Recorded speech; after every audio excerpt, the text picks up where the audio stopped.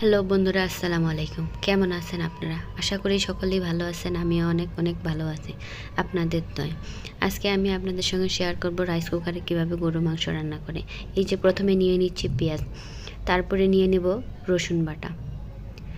আপনাকেও ইচ্ছা মতো যার যেমন পছন্দ সে সেভাবেই নিতে পারে। তারপরে নিয়ে নেব আদা বাটা, নিয়ে নেব একটু লবণ,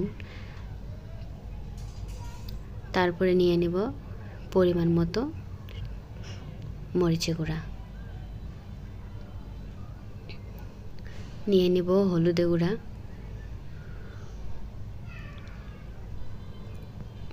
তারপরে ভালোভাবে মাখিয়ে নেব। যত ভালোভাবে মাখানো যাবে তত কিন্তু তরকারিটার স্বাদই অন্যরকম হবে। ভালোভাবে মাখিয়ে নেওয়ার পরে একটু তেল দিয়ে দেব। তেল দিয়ে আবার ভালোভাবে মেখে নেব। আপনাদের তো আগেই বলছি, যত হাত দিয়ে ভালো করে মাখানো যাবে ততই তরকারিটার স্বাদ অন্যরকম হবে। হাত দিয়ে মাখানো তরকারি স্বাদই অন্যরকম। এবার একটু নিয়ে নেব জিরা গুঁড়া। জিরা গুঁড়া দিয়ে একটু ভালো করে মেখে নেব। তারপরে ভালো করে মাখলেই কিন্তু তরকারির স্বাদই অন্যরকম হয়। তরকারিটা ভালোভাবে মেখে নেওয়ার পরে এবার দিয়ে দিব গরুর মাংস।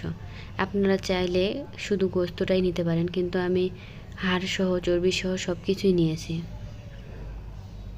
গরুর মাংস আমি 1 কেজির থেকে একটু বেশি নিয়েছি।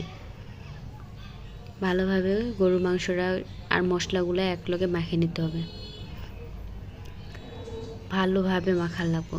হাত দিয়ে যত মাখবা ততই বেশি স্বাদ। ভালোভাবে মেখে নিলাম। এভাবে হাত দিয়ে মাখা মাংস কার না খেতে ভালো লাগে। এভাবে হাত দিয়ে মাংস খেলে মায়ের কথাই মনে পড়ে। মা ঠিক এভাবেই আমাদের ছোটোবেলায় মাংস রান্না করে খাওয়াইতো।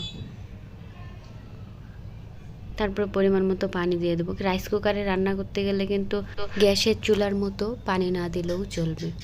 রাইস কুকারে, প্রেশার কুকারে যেভাবে আমরা পানি দিই সেরূপ পানি দিলেই চলে।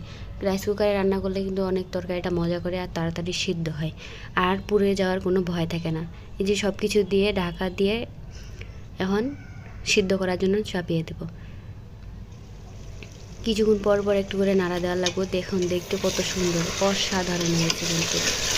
কিন্তু দেখতে যেমন সুন্দর, খেতে কিন্তু অনেক অনেক দুর্দান্ত হবে। অনেক ঘ্রাণ, এত সুন্দর ঘ্রাণ বেরিয়েছে যেন ইচ্ছে করে।